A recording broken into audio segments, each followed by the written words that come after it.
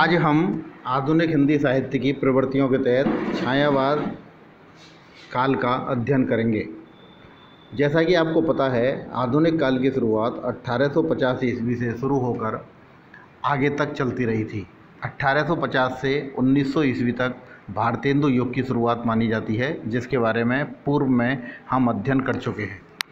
इसके बाद 1900 ईस्वी से लेकर 1918 ईस्वी तक का समय द्विवेदी युग का माना जाता रहा है, जिसका भी हम पूर्व में अध्ययन कर चुके हैं। 1918 से 1936 तक की समय सीमा छायावाद नाम से जानी जाती है। यह आधुनिक हिंदी काल में एक क्रांतिकारी परिवर्तन था।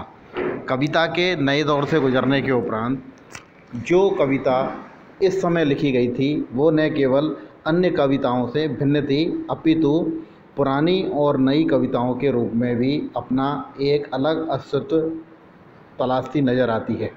मूल रूप से छायावाद की कैसे स्थिति पैदा हुई, उसके बारे में हम चर्चा करेंगे। दो महायुद्धों के बीच जो स्वच्छंदात्मक कविता लिखी गई थी, उसे सामान्यतः छायावादी कविता के नाम से अभिहित किया जाता है।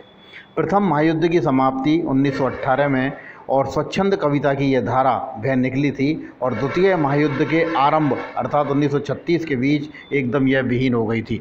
अर्थात कहने का मतलब है कि प्रथम विश्व युद्ध 1918 और की समाप्ति 1936 तक के बीच में जिन भावों को प्रयुक्त करती हुई कविता लिखी गई थी, वो कविता थी।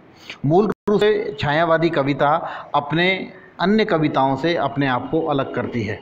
क्या कारण रहा है